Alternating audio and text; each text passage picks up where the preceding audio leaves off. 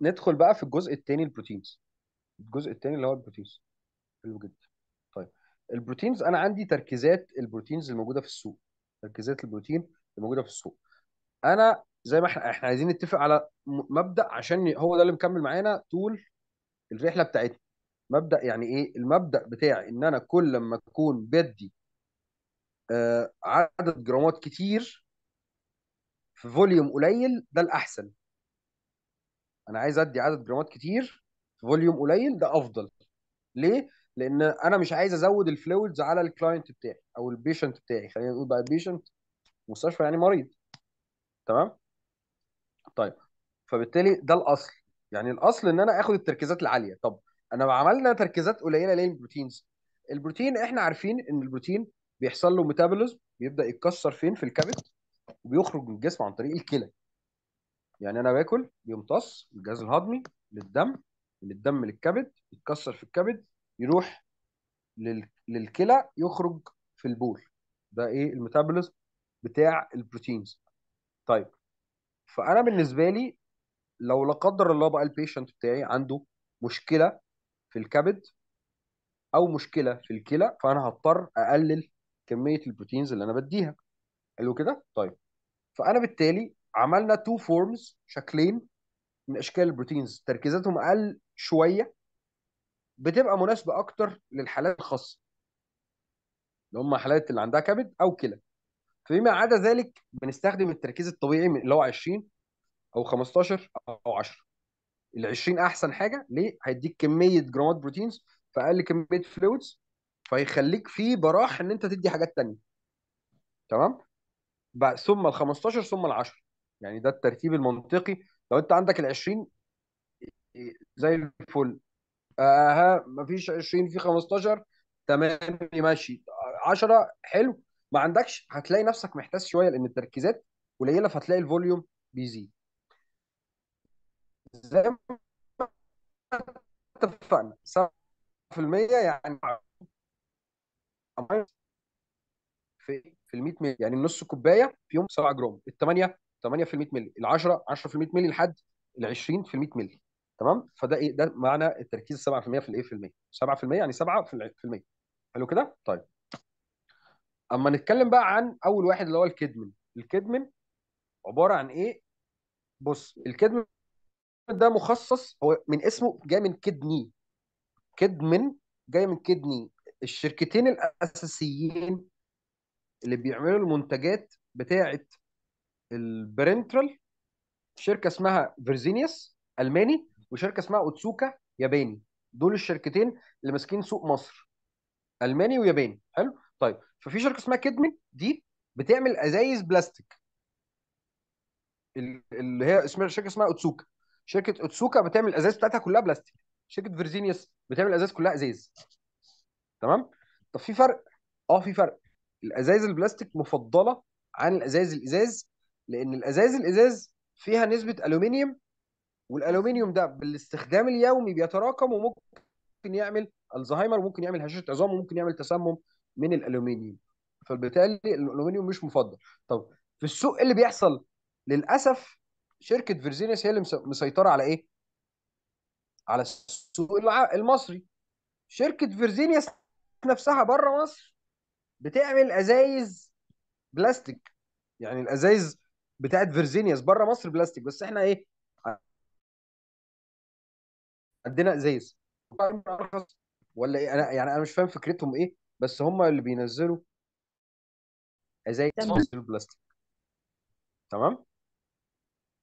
طيب، فالافضل ان احنا نستخدم الازايز البلاستيك. طب المشكله في ايه في مصر بقى؟ لو احنا بنعمل توتال برنترال نيوتريشن، تغذيه ولديه كامله، لازم استخدم حاجه فيرزينيوس. ليه؟ لان حاجه فيرزينيوس هي اللي عامله البروفايل كامل، هي عامله الماكرو والمايكرو، ما عدا بس اللي فايتها الوحيد الجلوكوز. لكن هي والملح. اه، مش الوحيد، سوري. هي عندها الفات، عندها البروتينز.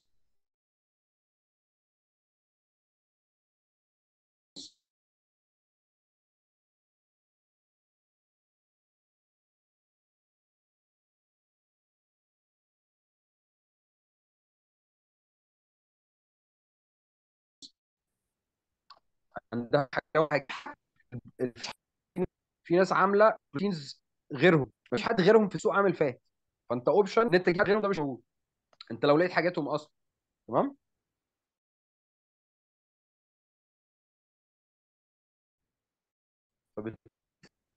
احنا مضطرين نستخدم الحاجات بتاعتها. يعني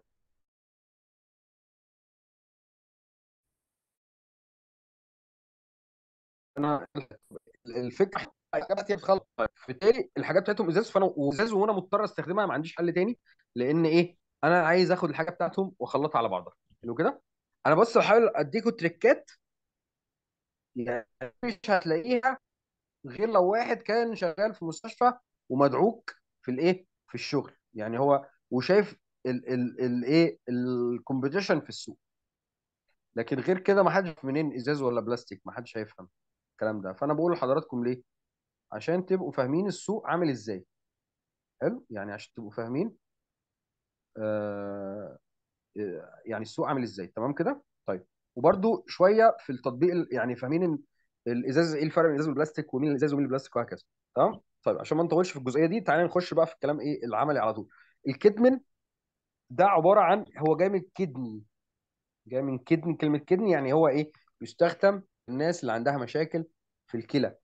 نفرو ستريل جاي من نفرو، ده تكوين نفرون، ده تكوين الايه الكلى، فهو جاي من كلمه نفرو لان هو برضو يستخدم للكلى. حلو. فعندنا كدمن ونفروستريل.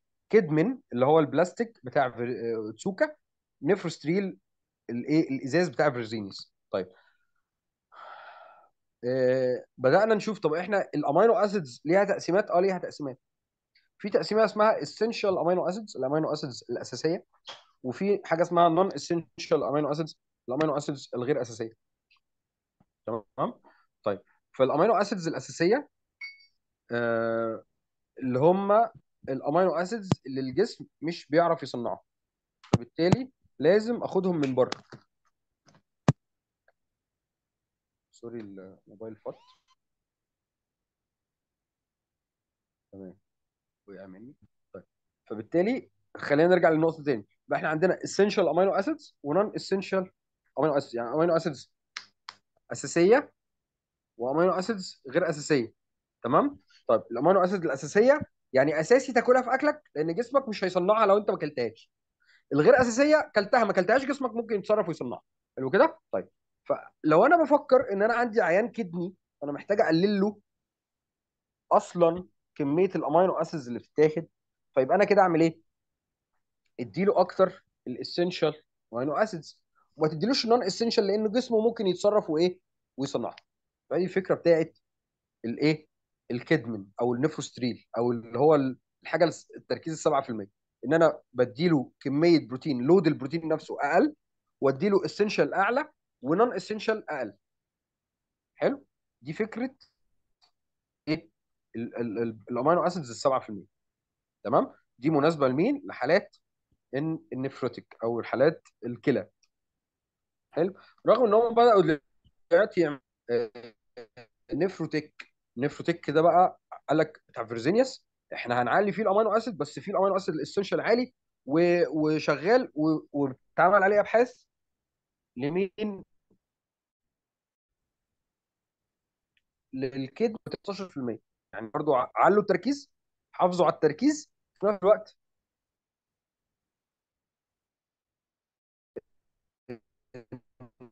هو برضو مناسب لحالات الكلى. واخد انهبه، امينو لبان وانهبه. طيب، الامينو لبان ده الاكثر استخداما على الاطلاق، يعني الدكاتره حافظاه. طب حضرتك هو العيان ده عنده كبد؟ لا، ما عندوش كبد. طب بتدي له امينو لبان ليه؟ ما انا مش الامينو لبان ده امينو اسيد. هم فاهمين ان الامينو لبان ده هو الوحيد اللي موجود في السوق، يعني هم ما عندهمش خبره قوي. الفروقات البسيطه اللي احنا بنقولها دي مش عارفينها، فبالتالي هو ما عندوش الاوبشن الوحيد ايه؟ الامينو لبان. ليه؟ انا حافظه. فاكتر اثنين مستخدمين الامينو لبان والايه والكدمن، وبنسبه كبيره بيبقوا موجودين في مناقصات وزاره الصحه. يعني ايه مناقصات وزاره الصحه؟ انا دلوقتي في وزاره الصحه بتوفر اصناف معينه، اصناف معينه دي ممكن تكون الشركات بدات تقدم طلبات مناقصه، وتبدا المناقصه دي تتاخد في الاعتبار وتتراجع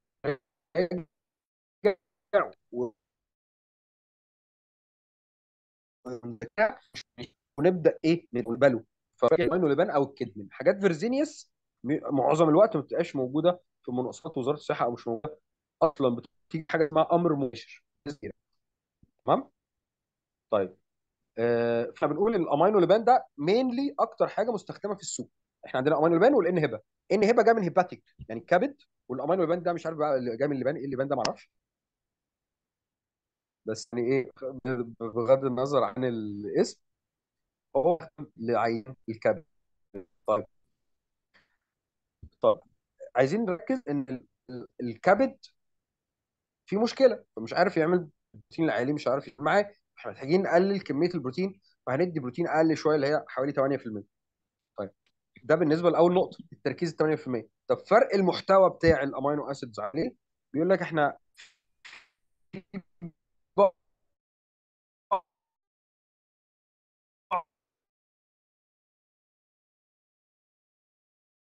برانشين. ايه ده؟ هو يعني الامينو اسيدز بياكل اكل الهضمي والدم، بدل ما يروح للكبد بيخش على العضلات على طول.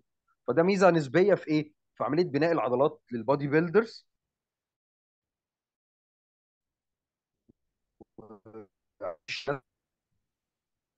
يديك احماض امينيه مش هتتكسر في الكبد وتتخش على الامينو اسيدز. حلو. وما تستهترش بالكلام ده، لان في بعض الدكاتره التقال كبار جدا اللي احنا بنقول دي امينو اسيدز دي بتخش على العضلات، هم مش فاهمين الكلمه دي. يعني الكلام البسيط اللي انا بقوله لك ده، دو نوت اسيوم، لا تفترض ان دي بديهيات. ازاي واحد شغال في مستشفى ومش عارف المعلومه دي؟ لا، هو المستشفى كلها مش عارفه المعلومه دي. حلو كده، بنسبه كبيره يعني، لو محدش متخصص في التغذيه، وبعض متخصصين التغذيه للاسف كمان، المعلومات البسيطه اللي انا بقولها دي مش هيعرفوا. حلو. طيب البرانش امينو اسيدز دول عباره عن ايه؟ حاجه اسمها ليوسين وايزوليوسين وفالين، دول ثلاثه احماض امينيه. ثلاث احماض امينيه موجودين في من ضمن الاحماض الامينيه المستخدمه، ودول اهم احماض امينيه بتخش على العضلات. مميز للناس اللي بتلعب رياضه، وهيبقى مميز كمان لعيان الكبد. طيب موجودين بنسبه يعني تقريبا تلت الامينو اسيدز اللي موجوده في الامينو لبان برانشين امينو اسيدز. حلو كده. طيب فبالتالي الايه اللي بيستخدم برضو نقطة مهمة، الامينو لبان والكدمن ممكن سنترال او بريفرال، يعني الاوزمولاريتي بتاعتهم مش عالية، فبالتالي ممكن يستخدموا سنترال او بريفرال. طيب النوع الثالث بقى، النوع الثالث اللي هو ايه؟ الاميبارين والامينوفين. اميبارين بتاع اوتسوكا، والامينوفين بتاع بريزينيس. طيب هما الاثنين 10%، يعني كل 100 مللي فيهم 10 جرام احماض امينيه. كل 10 مللي، كل 100 مللي فيهم 10 جرام احماض. فده قعد يعني قعد طول فتره شغلي في المستشفى ما كانش فيه. اول ما بدات اتجه لمجالات اخرى وابدا اطور من نزل بعد كده تركيزات تانية وصلت ل 20% دلوقتي. لكن هو قعد فتره طويله ما فيش غير 10%. وحتى انا فاكر امي بارين ده ممكن نزل ايه 2013 2014 يعني، اخر 2014 كان نزل متاخر الامي بارين ده، ما كانش موجود حتى في السوق. تمام. طيب دول لمين؟ لاي حد بقى في المستشفى ما عندوش ولا كبد ولا كده، يعني حد شخص طبيعي بس هو ستريس عالي ومحتاج بروتين عالي وبياخد تي بي ان، فمحتاجين نديله بروتين عالي، فنديله ايه البروتين ده. تمام. طيب الميزه بقى في ايه؟ في بتاع فيرزين، بتاع اوتسوكا. اوتسوكا شركه اوتسوكا اليابانيه اللي عامله الامي بارين، مميز على الماركت بتاعته اقل من خاصه، ياخد سر العرض، لازم يتعلق في وريد رئيسي، فاعلى حاجه 900، فهم محافظين ظابطينها ثلاث تمانيات بالظبط 888 الامي بارين. فالامي بارين يستخدم سنترال او بريفرال. ده ميزته في ايه؟ لو عندك عيان طياري وما بياكلش عن طريق الفم وهيقعد يومين ثلاثه بس يعلق محاليل وبعد كده ممكن، فانت ممكن لا اما تستخدم بقى انترال، لا اما تعلق له محاليل فده من الحاجات اللي ممكن تتعلق للعيان حتى لو هو هياخد بريفرال، ومش هتعرف، مش مضطر ان انت تعلق له سنترال. تمام. طيب فدي ايه، دي من اهم النقط. يعني النقط اللي انا بقولها دي انت حاسس ان هي يا عم حاسس سهله كده، لا انت ده اعجاز. يعني اعجاز في المستشفى اما تطلع نقطه زي دي، لان انت بتتكلم ان ايه، النقط دي ممكن ما كانش حد عارفها، فبالتالي ممكن تضيع حالات معينه تضيع منك، مش عارف يعلق له محاليل او ناسينه اصلا، ومش فاهم ايه الفرق ما بين المحاليل. يعني ما تستهترش بالمعلومات اللي احنا بنقولها وحاسين ان هي بسيطه دي واوليه. دي بتنقذ بني ادمين. يعني ممكن بني ادم يقعد شهر وشهرين ما بياكلش عشان هو مش عارفين ان الامينو يبقى مثلا ممكن يتاخد عن عادي. لا احنا يمنع عنه البروتين خالص. تمام. عندنا نوع من انواع الاحماض الامينيه اسمه الجلوتامين. طب الجلوتامين ده عباره عن ايه؟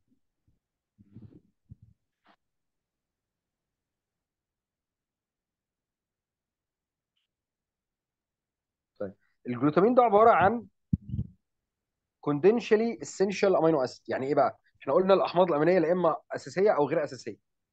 اساسي يعني اساسي تاكله في الاكل عشان جسمك ما يصنعوش.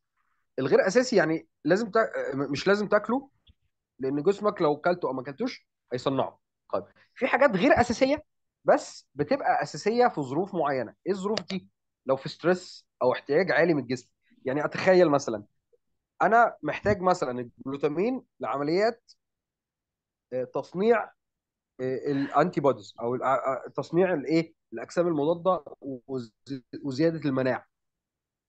فبالتالي لو انا مش عندي عدوى وانا جسم 10، فال 10 جرام هيكفوني احتياجي اليومي. طيب في عدوى انا تصنيع اعلى واحتياج اعلى من الاجسام المناعيه اللي احنا بنقول عليها دي الانتي بوديز دي. فبالتالي ال 10 جرام اللي انت بتاخده اللي جسمك بيصنعهم دول مش كافيين. انا عايز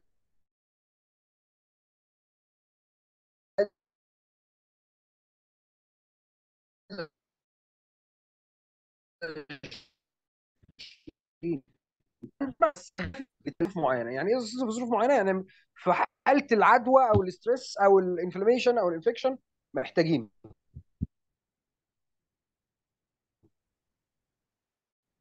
طبيعي يبقى احنا نقول ده اساسي في ظروف معينه محتاجينه في ايه، في ظروف معينه. تمام.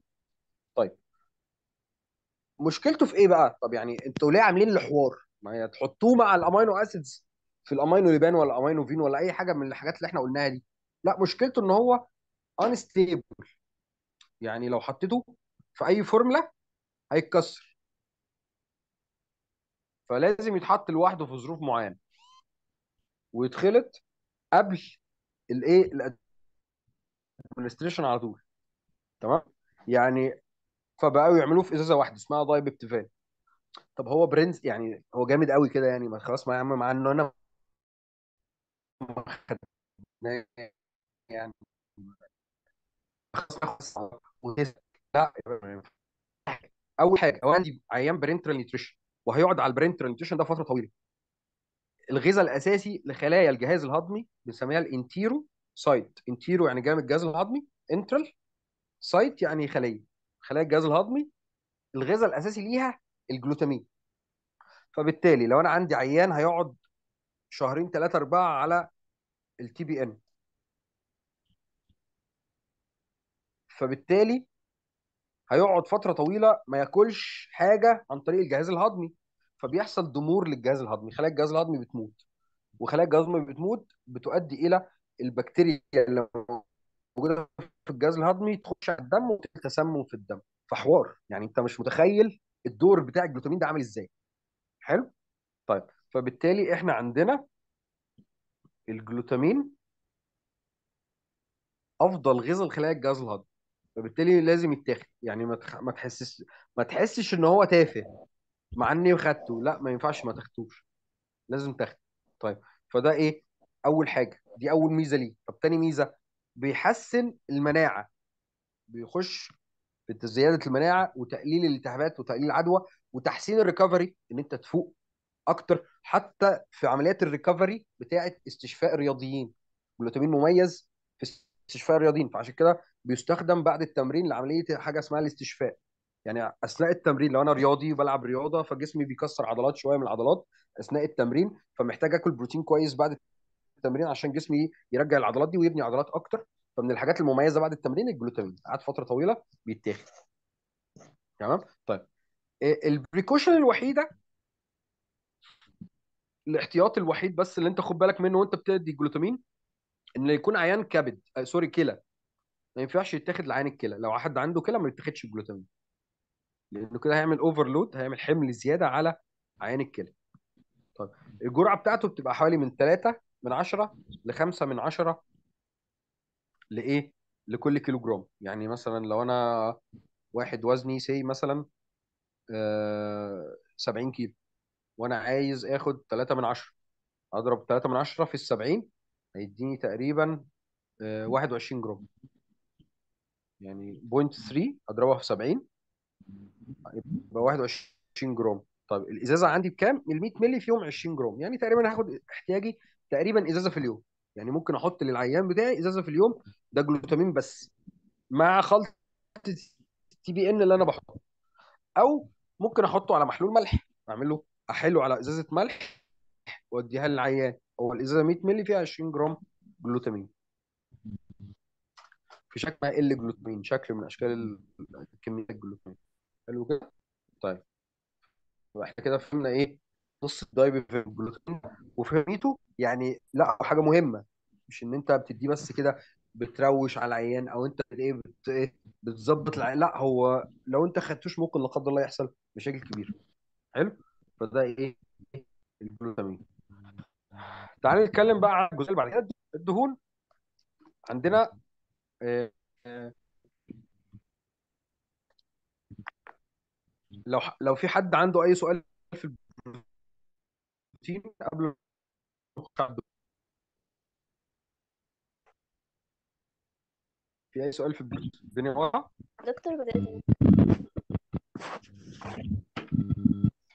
هو دلوقتي الجلوتامين ما ينفعش ان انا اديه لوحده؟ يعني البروتين عادي تاخد محلول لوحده، ولا لازم يتخلطوا مع بعض؟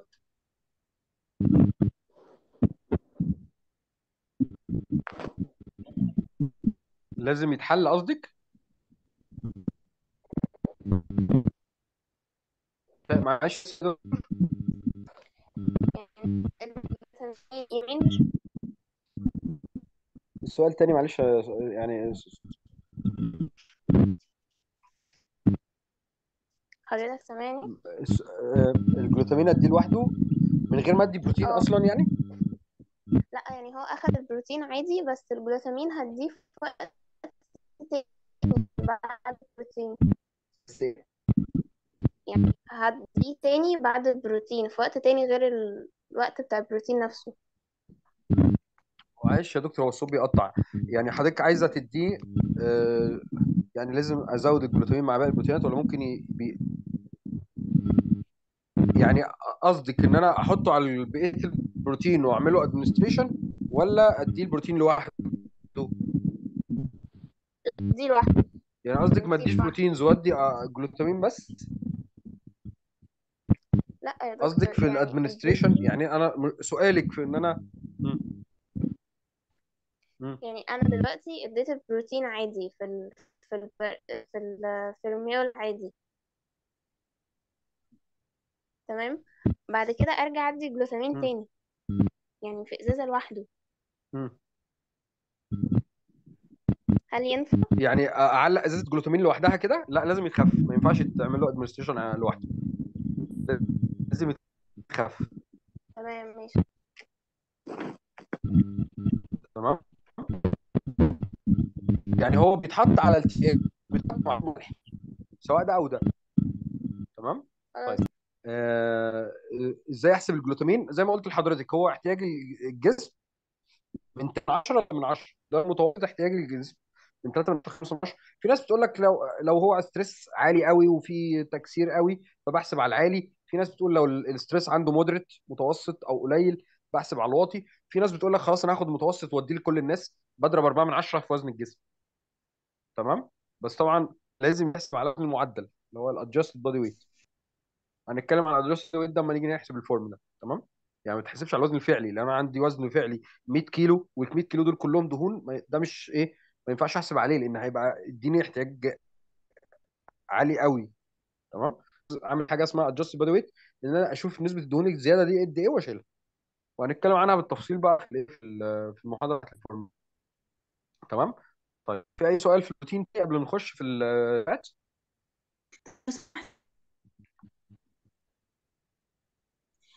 هو الأرجينين برضه نفس استخدام الجلوتامين برضه في الكارديو. أيوه دكتور، حضرتك سامعني؟ معلش الصوت بيقطع. لا ايوه كده الصوت واضح، ممكن تقولي تاني؟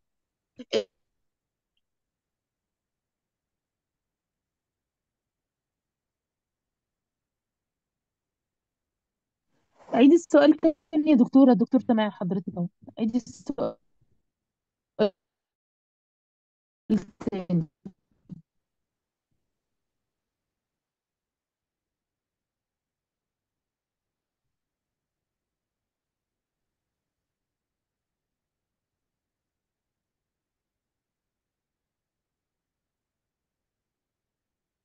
طيب لو حضرتك الصوت بس لما يعني لو حضرتك في نت في بيت ممكن نقرب من الراوتر. لو مش في بيت حضرتك بس يعني اقعدي في مكان فيه شبكة، او ممكن حضرتك يعني تبعتي شات لو الصوت بيقطع، عشان انا الصوت بيقطع عند حضرتك.